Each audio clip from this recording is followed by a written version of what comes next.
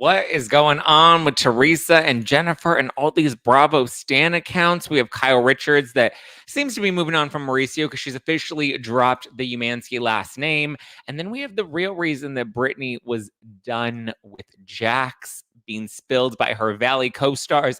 Let's get into it.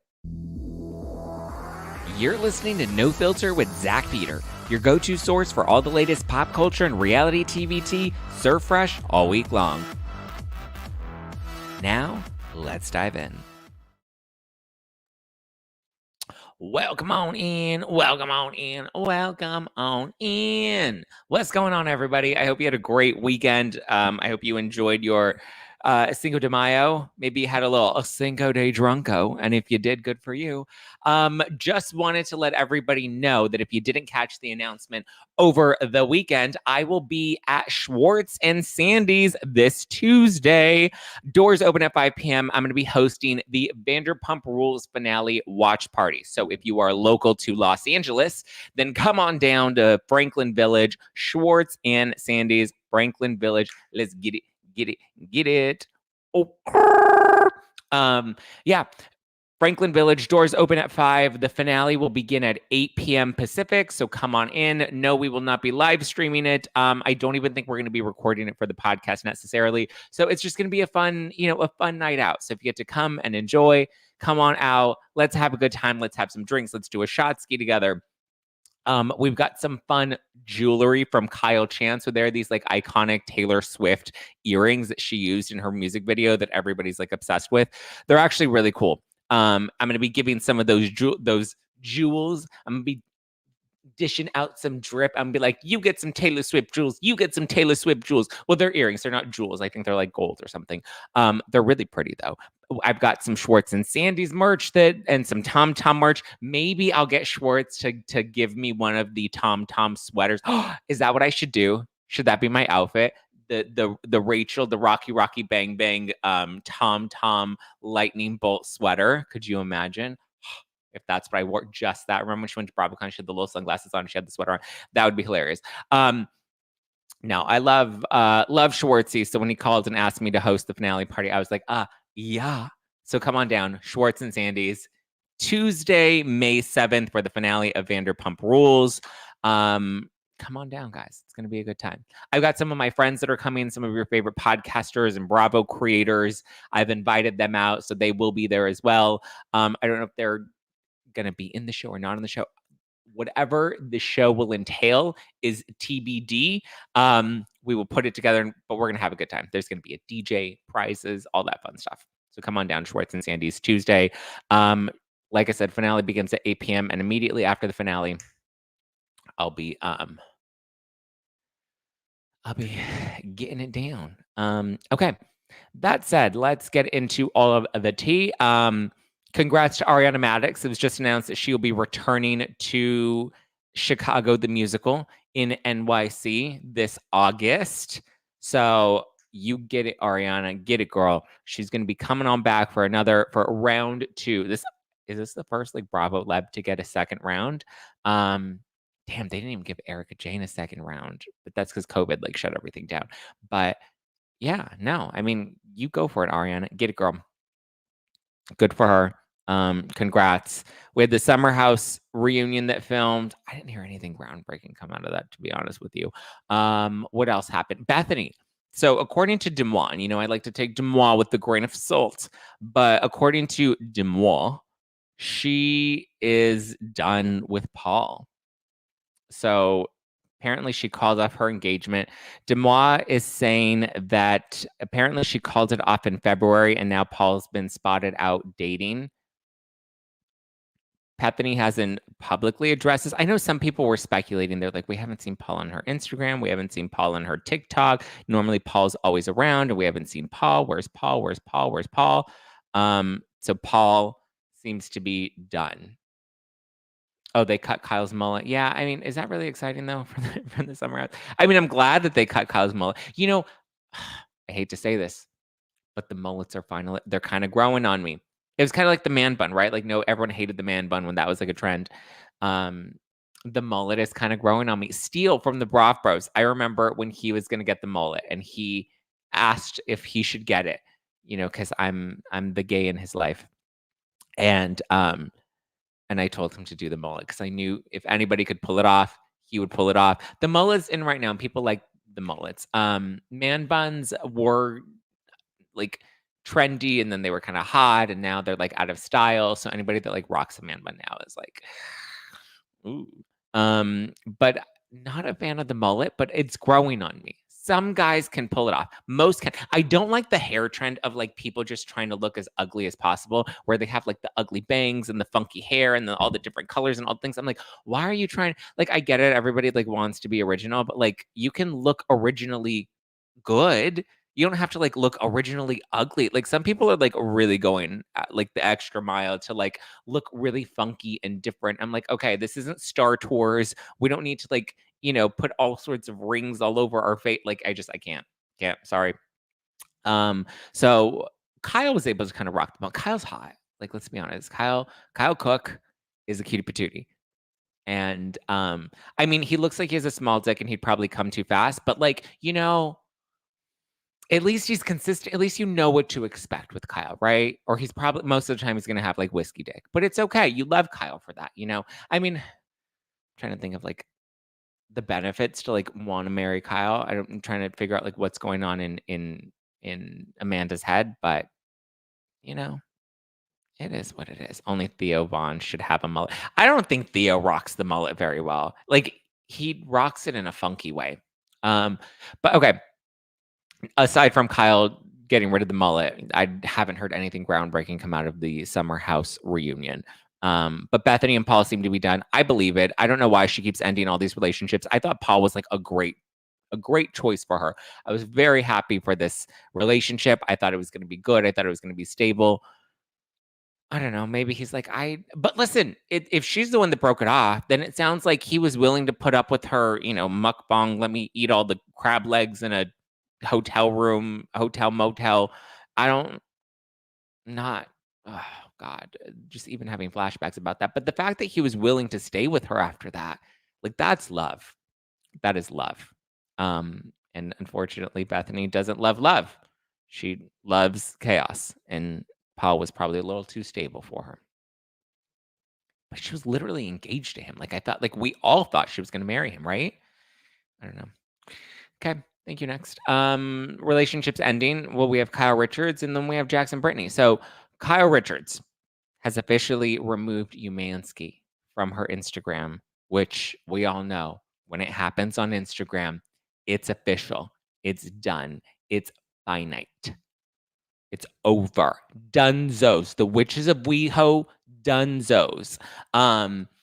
She's no longer Kyle Richards Umansky. Now she's just Kyle Richards. Mauricio's moved out. He's got his cute little West Hollywood condo. Good for him. We're going to be seeing him down at the Abbey now. I mean, he's moved out. She's dropped the last name. I feel like the only next thing is that they're divorcing, right? Like next has to be the divorcement announcement, or they're just going to stay married for however long. But like they can't stay married forever. I don't know. They can't stay married forever. Or maybe isn't there a couple in Hollywood, like an old Hollywood couple that's like still married and they have like separate assets and they just kind of share everything and they like their family together. They're just like they coexist. If that's the route that they want to take, you know what? Do you? Good for them. But it seems like if she's listen, when you unfollow someone on Instagram, I say that, but then I'm also like the type that's like, will impulsively unfollow people. I'll be like, I'm done with this. And I'll like unfollow someone. And then I'll be like, okay, that was a little dramatic. And then I'll like follow them back 2 days later. And then I get mad if anybody unfollows me. I'm like, oh, shots fired. Yeah. So looks like they're done. Bye, Kyle. Bye, Mauricio. Thank you. Next. I think they're ready to move on to the next relationship in their life. I have heard, you would know this because you would have gotten the tea on members only because I spill all of it. Well, actually, no, I'm not going to tell you. That's members only exclusive about Kyle. But somebody DM'd me and they're like, do you know if Kyle signed her contract for Beverly Hills? Last time I heard, she had not yet signed her contract for Real Housewives of Beverly Hills, but I feel like she does this every season where she waits until the very last minute to sign it and she always ends up joining. I would imagine they're not going to not have Kyle on this new season. Like Kyle's not leaving. She would have left by now. We would have heard an announcement by now. I don't think Kyle's leaving Beverly Hills. But I think she always, at the end of the day, waits until the last minute, then signs, comes back. I mean, they are expecting Kathy Hilton to make a couple of cameos this season. I heard that they're also expecting Jennifer Tilly to make a couple of cameos this season. They have the two newbies, Bassa and Eva LaRue, and Bossa Nova. What's her name? Bassa, Boss. It's Bazoma St. John. So we have Bazoma St. John, which I basically confirmed a couple of different ways that Bazoma is joining, and we have Eva LaRue that's also going to be joining. None of them have spoken out about it because they're not supposed to, and that will kill their contracts. But those are the two newbies joining Real Housewives of Beverly Hills. It's going to be interesting, though.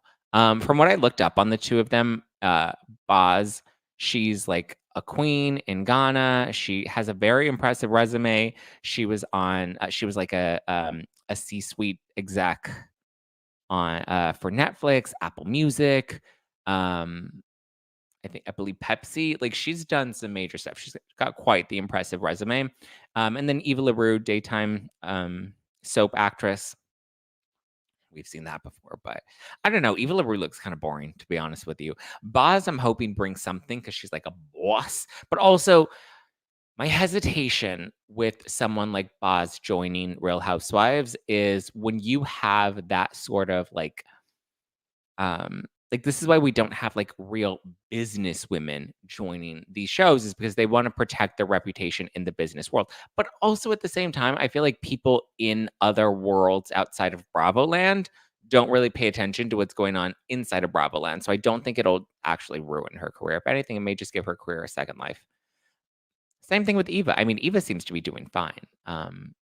She just got booked for another, was it General Hospital that she just got announced to be joining the cast up? So good for them. That's Kyle. That's Beverly Hills. Brittany and Jax. Okay, so this is where it's your bestie, Miss Westy. Let's get messy, okay? Because we have Janet. Okay. Janet is the newbie on the Valley. She's the pregnant one, right? I don't even have to give you any more descriptive details other than she's the pregnant one because that's her identity. I saw Janet out at the Leukemia and Lymphoma Foundation charity event, the drag fundraiser with Sparkle, Jared Lips, Ariana's friend. Went to that last weekend, saw Janet there. And Janet still very much gives off, I'm not physically, not like her body, but she just has like this presence of like, I'm pregnant. And I'm just like, I can't explain it. Again, it's not physical. I'm not saying her body, like she has a pregnant belly, but she just has this like, I'm pregnant energy that I'm just like, I can't explain it. She seems lovely, but she seems like one of those, what did they call, Lisa Vanderpump, a sniper from the side. Janet is a low key, and Jax has said it. Jax is like, Janet's one of the most messy ones. And you know what? I'm starting to see it, Janet. I'm starting to see just how messy Janet, and she wants to be like, I don't know, Kristen's crazy.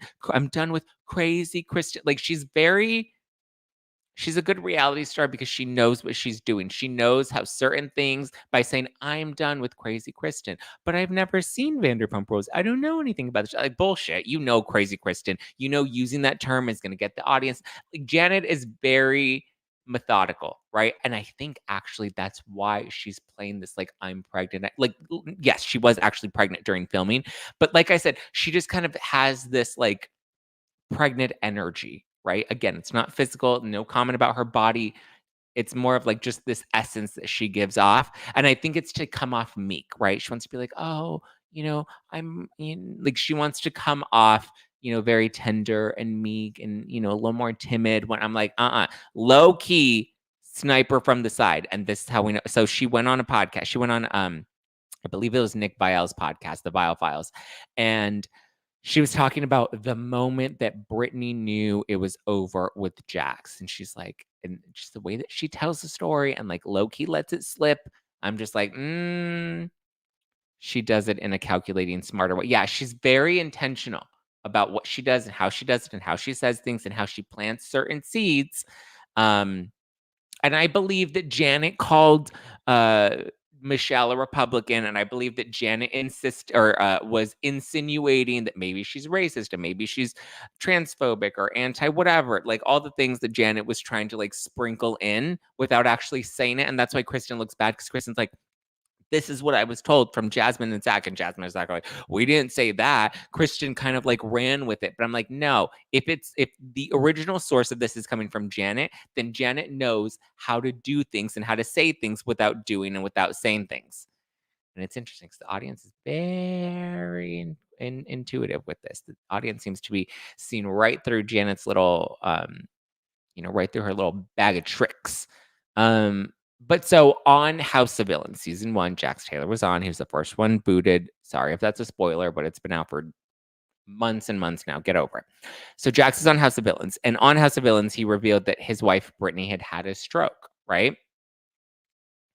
So everybody was like, oh my God, Brittany had a stroke. What? That's crazy. Whoa. Oh my God. Janet says that when he did that, that Janet reached out to Brittany because she remembers the day that Brittany went into the hospital. And when she heard about Brittany having a stroke, I'm assuming the timeline of it's also a little strange, right? Because when Jax filmed House of Villains and when House of Villains actually aired, two very different things, right? It wasn't like live streamed.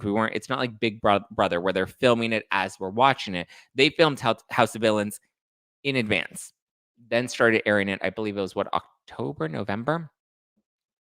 But so it aired that Jax said that Brittany had a stroke. He, I believe, has since in interviews since that comment aired on TV clarified his wife didn't have a stroke. At the time, he had very limited information. From the information that he did have, it appeared that his wife had a stroke. And he has since retracted that and corrected that. I do think it's also a little strange that he's on television talking about his wife having a stroke, but he chose to stay and continue filming the show. He's like, she's all right. Whatever. But so I guess when that aired, Janet says that she reached out to Brittany because she remembers taking Brittany to the hospital that day. And she was like, oh my God, Jax just said you had a stroke. Is everything okay? Are you okay? And Brittany's like, oh my God, fuck Jax. I'm so over him and his bullshit. And apparently, like, this was the moment Brittany had kind of like reached her threshold. This was the straw that broke the camel's back. But according to Janet, Brittany was really upset because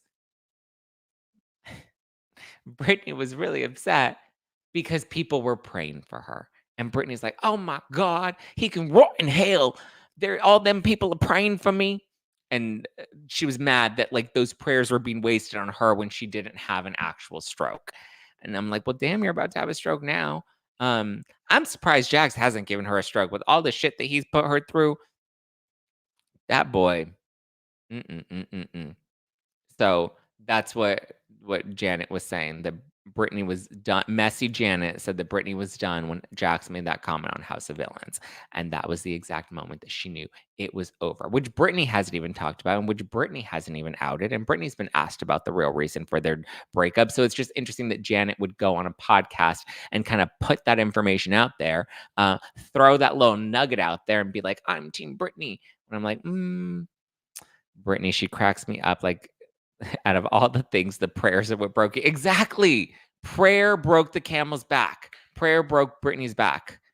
It was the prayers that did it for her. That was where she was done with him. She was like, not when you do prayers. Not when you send Jesus after me. That was the final straw. Oh, man. Well, it's because the prayers were wasted prayers. She didn't want people wasting their prayers on her. She's like, they could be praying for real people. They could be praying for all the mamas out there that need love. Oh, man. I thought Brittany was a Christian. She is a Christian, but she didn't want people wasting their prayers on her. But that was long before filming The Valley, too. Well, when did The Valley film and because this would have happened when House of Villains was airing, which was last fall. House of Villains aired, what was it, October or November? I remember it was around Halloween. I just remember going to the I remember going to the premiere party for House of Villains. I don't remember when it was, but I remember we went to that. I wanna say it was November, and it was, like, the week before. Oh, okay, so it premiered in October. Okay, so it was October. Oh, yeah, it was, like, the beginning of October, right?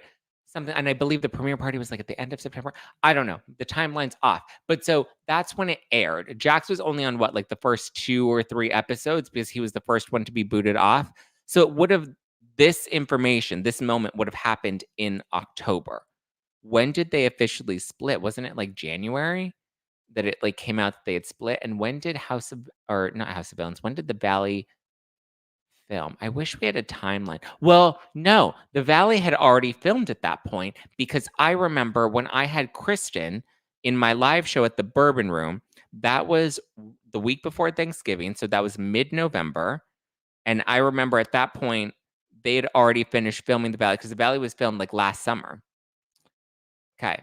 So if what messy Janet is trying to Jekyll and Hyde Janet, what she's trying to say is that this moment happened in October, which is when Brittany was done, and then we fast forward and they broke up January, February. So already that timeline is off. Even I'm pretty sure Brittany's had many fuck Jax moments, but I don't think this was the moment. So I think Brittany's just, or not Brittany. I think Janet's just being a little messy and trying to throw some digs at Jax. Janet wants to be, front and center on Vanderpump Rules. And then she has Jason. Listen, her husband Jason is hot, okay? He seems like a really nice, balanced guy. But even the two of them, and she's on the Valley, she's like, oh my God, I'm so stressed about this Christian stuff. And he's like, yeah, babe, this is too much stress for a pregnant woman. Like, I'm just like, mm-mm-mm-mm-mm. Mm-mm-mm-mm-mm. I don't buy it. I don't buy it. They're acting like the boring couple of the Valley, but we all know the boring couple of the Valley are Danny and Nia. They've already taken that title, and I like Danny and Nia. Danny and Nia are a hot couple. They're like balanced. Like I love Nia. She's precious. She's precious and innocent, and she's the one that just had a baby and she's going through a postpartum depression, and all of that. And Danny, great. And Danny's like, I just want to fix everything. I can honestly foresee the show moving forward without Danny and Nia, but yeah. I like Danny. He's a cutie. And Nia's gorgeous and just so precious and sweet. I just like, oh, her. I just want to cuddle her up in like a little bassinet and just like, rock her to sleep as Danny rocks me to sleep in his arms. But Janet and Jason, low key, low key. Jekyll and Hyde Janet. I don't trust her. Don't trust. You know who I do like though? You're not gonna be surprised. Oh, Jesse. Oh, my favorite. Love Jesse. Love, love, love. Like, just like so toxic. I was on Access Hollywood's podcast, the Housewives Nightcap. Yeah, Housewives Nightcap with Emily and Lauren. And I was telling Lauren, I was like, oh, Danny is my favorite. Not Danny. I mean, I do like Danny, but I was like, oh, Jesse's my favorite. She's like, he's like the most toxic one. I was like, I know it's my favorite.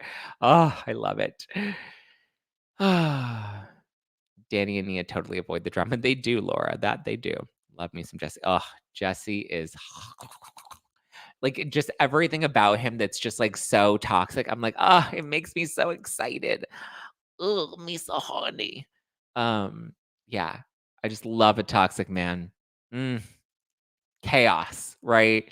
If we can fight like cats and dogs and just like, oh my God, like this is something that I need to be working out in therapy, guys.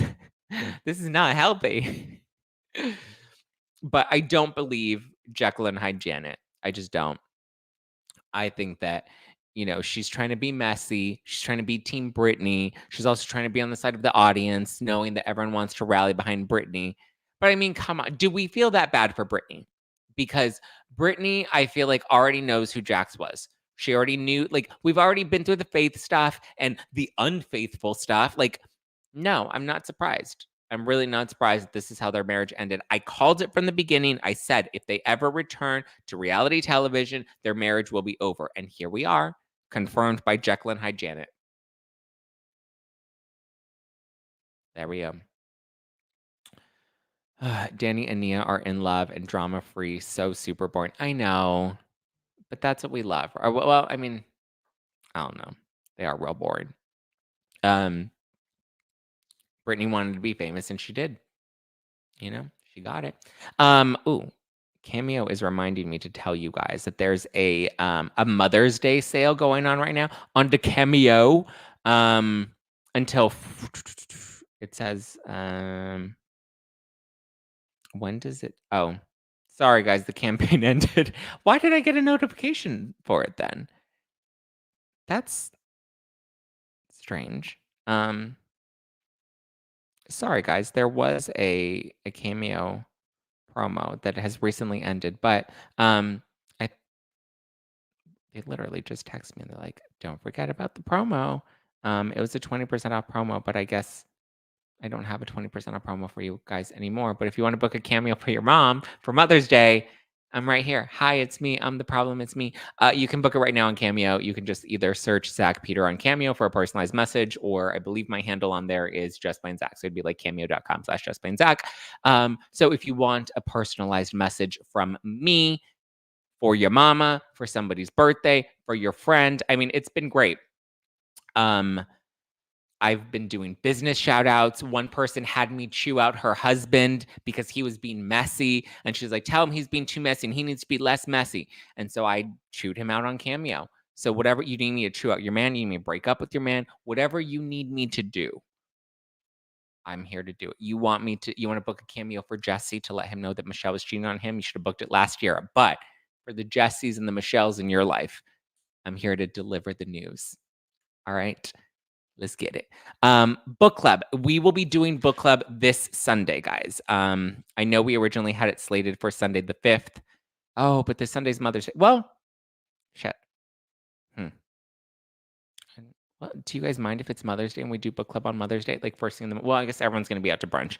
And I'm gonna have to take my mother out to brunch. So maybe we'll do it on Friday, the 10th. I'm gonna make sure we have it scheduled here on YouTube. That way it's already there. Sorry, guys. This weekend got a little crazy. My great grandmother was 92 years old. Unfortunately, ended up in the hospital. We were supposed to take her out for her birthday, for her 92nd birthday, and then we couldn't take her out for her birthday because now she's in the hospital, and now she can't live alone, even though she's like wanting to live on her own, but she's like literally she can no longer. She is 92 years old. You cannot live alone at 92 years old. But she's that woman is a feisty one. And that's where I get some of my spunk from. But she's okay. She's doing fine. She's doing better. She's recovering. And then my mom needed me to take my brother for the weekend or for the night. So it was just, the weekend I was supposed to have a very relatively simple and easy weekend, but it ended up becoming a lot busier than I had anticipated. So book club will happen this Friday. I'll make sure that gets scheduled. That way you guys all get the notification for that. And it will be the Nicole Brown Diaries, Nicole Brown Simpson Diaries by Faye Resnick. We'll get that one. So here we go. Jax spray on hair is season MVP so far. Oh, yeah. Well, I mean, there are so many treatments now for people that lose their hair. That are we still doing sprays from like 1998?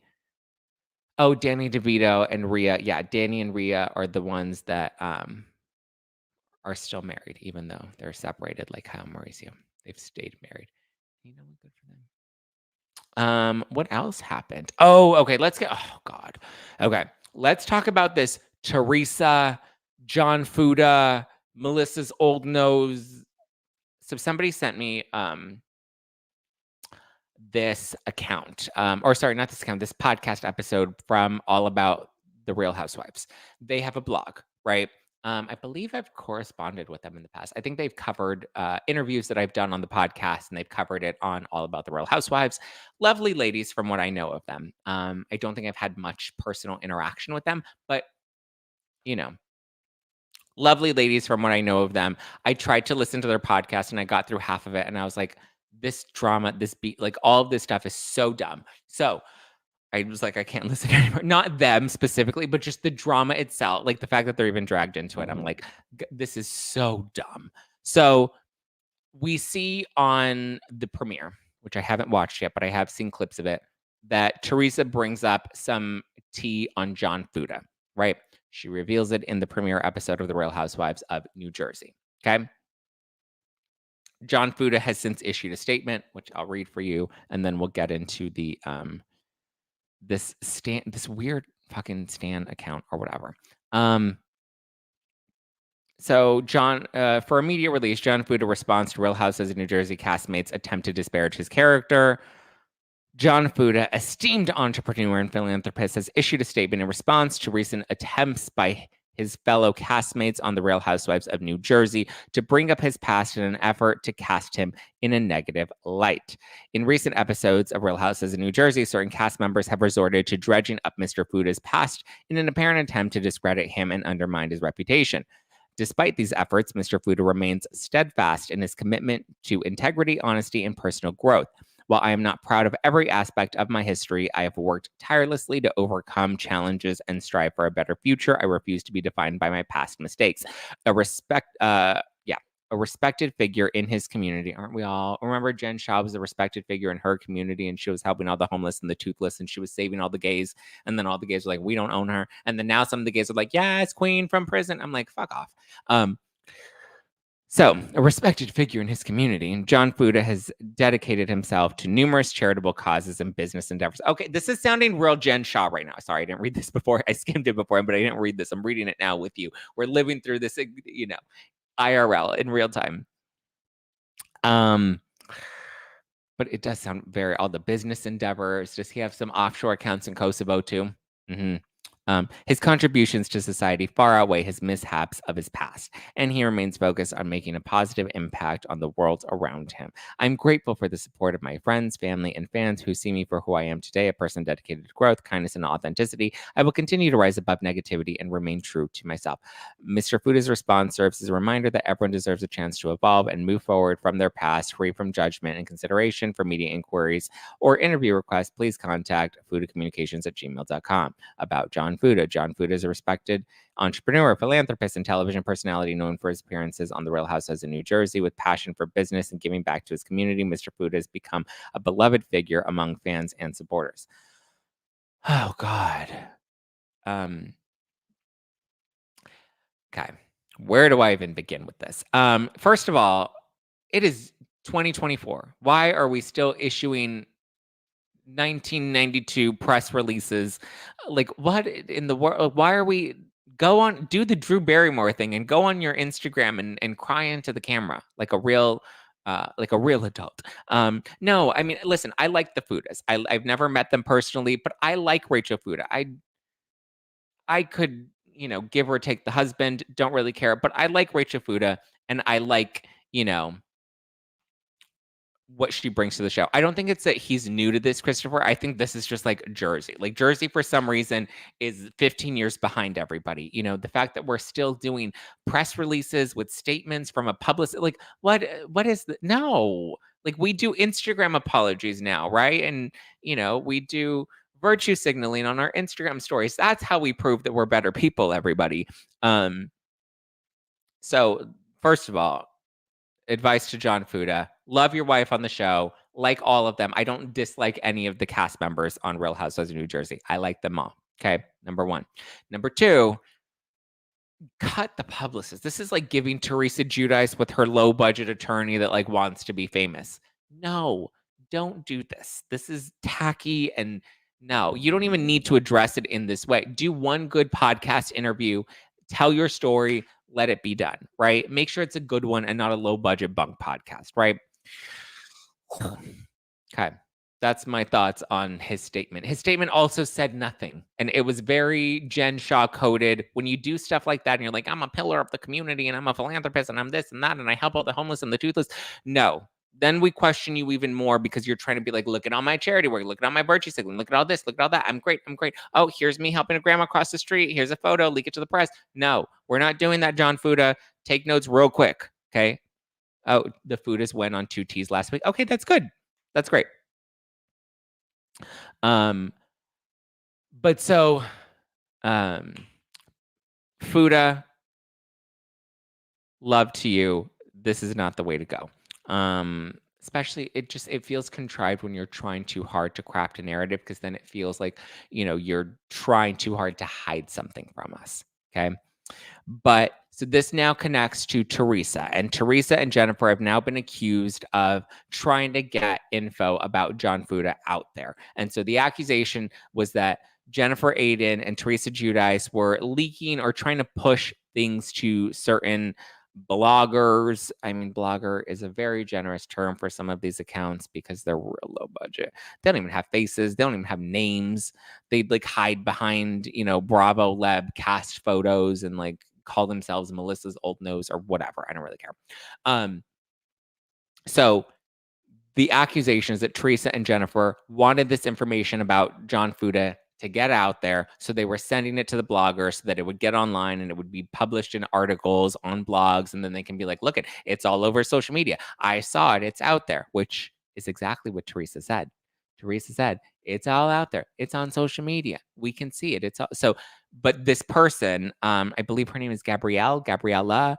She is claiming that Teresa and Jennifer were using, I guess, her and other accounts to try and set up the Fudas.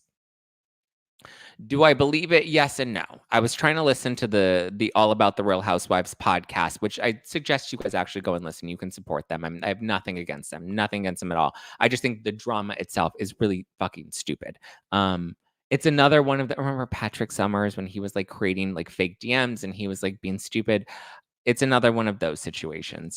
Somebody just wants attention and they want to be like, they want to feel relevant in Housewives world, but they're like just really crazy and unhinged and desperate for attention. It's people like that like, oh, I'm like, oh, do I even have to be in the same category as them? Because I really don't want to. But so here's the thing. Do housewives talk to fans and fan accounts and bloggers and content creators? Yes. Do they sometimes leak information? Sure. I know people are comparing it to like the Monica Garcia thing from Real Housewives and reality from Salt Lake City and reality Von Tease. But I think what Monica did was a little different because she like created a whole account. But again, I don't know. I'm starting to feel differently about the Monica situation because I do believe that her intention was to focus more on the Jen Shah stuff, but yet she did conceal this from the women and she didn't come up with this she didn't come out with this information up front. Whatever. But I think the Teresa and Jennifer thing, I think they do talk to fans. I think they, everybody, a lot of housewives talk to fans, fan accounts, blogger accounts, whatever. They respond. They want to be friendly. They're grateful for the support, whatever. Do I believe that they were trying to use accounts to get information out there so that they can discuss it? Bravo Lebs do this all the time. They've tried to do it with me. Sometimes if the information is good, I'll still put the information out there because it's still good information. If not, I won't fuck with it. I'll be like, go find somebody else to do your dirty work. They're all playing the game at this point. Am I like shocked and like, I'm not shocked by it. Doesn't surprise me. It's more like annoying that these like little Bravo fan accounts are like going out there and like trying to be like, I'm gonna break the tea. And Teresa was talking to me and it was all a set up methodical plan and blah blah blah. But it's like you were also participating in this. You were complicit. I don't know. I think this whole drama is so fucking stupid. It's dumb. It's dumb. And the fact that we even give these people attention is dumb. So yeah. It's just to me really silly. So that's all. Teresa is not going to receive any repercussions for this. She's not going to be fired from it. It's not going to be a Monica Garcia situation. Is it unfortunate? Yes, but these people do these types of things all the time. Was it, and whatever the John Fuda stuff, like apparently this like Gabriella person was like contacting John Fuda's ex, and it just is all very strange. Teresa's podcast, Namaste Bitches, is donezo. I did hear about that. I don't know. I know people are speculating that Teresa had a falling out with her co-host. I possibly, I mean, these things happen. People have fallouts with their co-hosts. They decide to end. I mean, the other thing too is sometimes these podcasts end because their contracts with the network that they're with end. Spencer and Heidi, they had a podcast at The Ringer, Spidey's 16th Minute. Their contract ended. They left The Ringer. They pulled out. They weren't happy there. So they are trying to shop around their podcast somewhere else. It's probably some insider tea that I shouldn't be saying, but like that's what happened. These things happen. It's not like Spencer and Heidi are in a controversy and their podcast got canceled or they had a falling out. Like things just happen, you know? Sometimes contracts end. Sometimes, you know, there's no need to speculate further than what it actually is, you know? Um, so I don't know why her podcast ended. It could be a contract thing. It could be a falling out with her co-host. It could be that ratings just weren't that good, so the network decided to pull the plug on it. Or it could have conflicted with, you know, Real Houses in New Jersey now airing. You know, we've seen Tamara have to not talk about certain things because she's on OC now and she has 2 T's in a pod, and you know she's had to, you know, work around the restrictions that Bravo's put in place for having a podcast. And like that's been, you know, a challenge. Same thing with like the Vanderpump Rules cast members, where they're, you know, allowed to not tape their podcasts or not allowed to tape their podcasts at certain times or not allowed to discuss certain things. So, yeah. But perfect example is Spencer and Heidi. You know, they decided they weren't happy with the Ringers, so on their contract ended, they left. Or some people just don't think that it's worth it, so they don't continue their podcasts. It's not as big and dramatic as some people seem to think that it is. So I never listened to Teresa's podcast. I didn't really know what she talked about. So yeah. Sorry, I feel like I'm giving you a whole lot of nothing, but it's just because everybody's sensationalizing things so much more than I think they need to be. Like the fan account things, everybody was like going wild with it. I'm like, this is embarrassing for this Gabriella person that was like inserting herself in all this drama and like spending so much time like investing in this. And like, yeah, I mean, do you think Teresa and Jennifer are going to address any of this? Probably not. If they do, it may be like 10 seconds on the reunion where she's like, Andy, these accounts DM us all the time.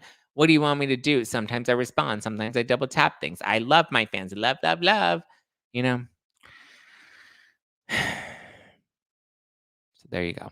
That's what I got for you. I don't think there was any other major news that broke. But just a reminder, guys, I am going to be at Schwartz and Sandy's this Tuesday, May 7th, hosting the finale watch party. So come on out to Schwartz and Sandy's in Franklin Village. If you're in LA or you're local and you want to come on down, welcome on in, welcome on in, welcome on in. Let's hang out. You can come alone, come solo. You'll meet other friends. You'll meet other people. You'll have a good time. So come on out to Schwartz and Sandy's Tuesday, May 7th. Doors open at 5 p.m. But the finale begins at 8 p.m. And then immediately after that, we'll do a recap. We'll chat about it. We'll do like a live taping of the podcast, but IRL at Schwartz and Sandy's. So come on down, come hang with me. I've got a lot of my other like fellow podcaster pals that are coming on out. It'll be a fun time. Come, let's take a shot ski. There's going to be fun giveaways. There's going to be a DJ with music. It's going to be a good time. So let's get it. All right. I think that's all I have for you guys. If you want a personalized show, a personalized message from me, you can always book it on Cameo. Book it on the Cameo. How? All right. Thank you guys for tuning in to No Filter with Zack Peter. I am here Monday, Tuesday, Wednesday, Thursday. We live stream the podcast first thing in the morning on YouTube, youtube.com/justplainzack. Be sure to subscribe. If you're not subscribed, hit that subscribe button down below. Hit the like button on your way out. Leave a comment if you want to weigh in because you got a hot take. I always like to dip in and, you know, maybe respond to something if it's good. So, yeah. Be sure to dip into the engagement. If you want to know when we're live, you can always click that little bell down below, and that little bell button will make sure that you get the notifications that we are live or that a live is coming up. All right. Oh, thank you, Zack Daddy. Oh, Sydney, I like that. Zack Daddy. I like that name. I'm going to put that in my Instagram bio. I'm Zack Daddy now. Holla. All right, guys. Thank you. I love you. You can always follow me at Just Plain Zack all over the internet. If you're listening to this on Apple Podcasts, please leave me a nice Apple Podcast review, letting me know what you're enjoying about the show because I love that. You guys are so sweet. Let me give one of you a shout out right now. Let's see who's going to get a shout out today for sending some love on Apple Podcasts because I do love when you listen on Apple. Let's see. JC Carmona 1985 says, longtime fan, Zack, will you be offering Apple will you be operating book club through Apple Podcasts too? Nope. Book club is an exclusive for, unless you guys want it on Apple Podcasts, maybe we'll consider that too. Unless you guys want it on Apple, but it's a YouTube exclusive, so you have to become a member of the Zack Pack on YouTube. We also have KM who says, thanks, love the honesty. Thanks for your perspective on autism. Thank you. I love you guys. I appreciate you. Have a wonderful rest of your Monday. I'll talk to you tomorrow.